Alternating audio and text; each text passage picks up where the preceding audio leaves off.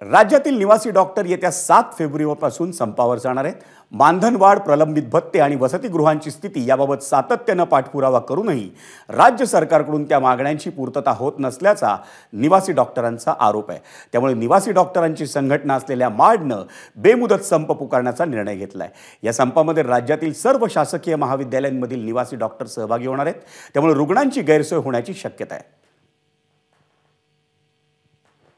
निवासी डॉक्टरांचे हे प्रमुख 3 मागण्या: वसतिगृह, वेळेवर महिन्याच्या 10 तारखेच्या आधी मिळणारं मानधन आणि तिसरी इम्पॉर्टंट मागणी की त्यांचं जे मानधन आहे ते सेंट्रल पे स्केलनुसार द्यावं। या 3 मागण्या जर मान्य नाही झाल्या, ज्या सेंट्रल मार्डने गेल्या 1 वर्षापासून कंटिन्युअस शासनाकडे फॉलोअप केल्या, तर दरवेळेस निवासी डॉक्टरांना एकच उत्तर शासनाकडून देण्यात आलं की तुमच्या मागण्या मान्य होतील, तुमच्या मागण्या मान्य होतील, पण त्यातली एकही मागणी निवासी डॉक्टरांची मान्य झाली नाही।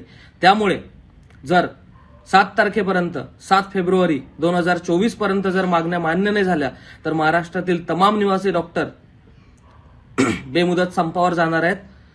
7 फेब्रुवारी 2024 पासून संध्याकाळी 5 वाजतापासून।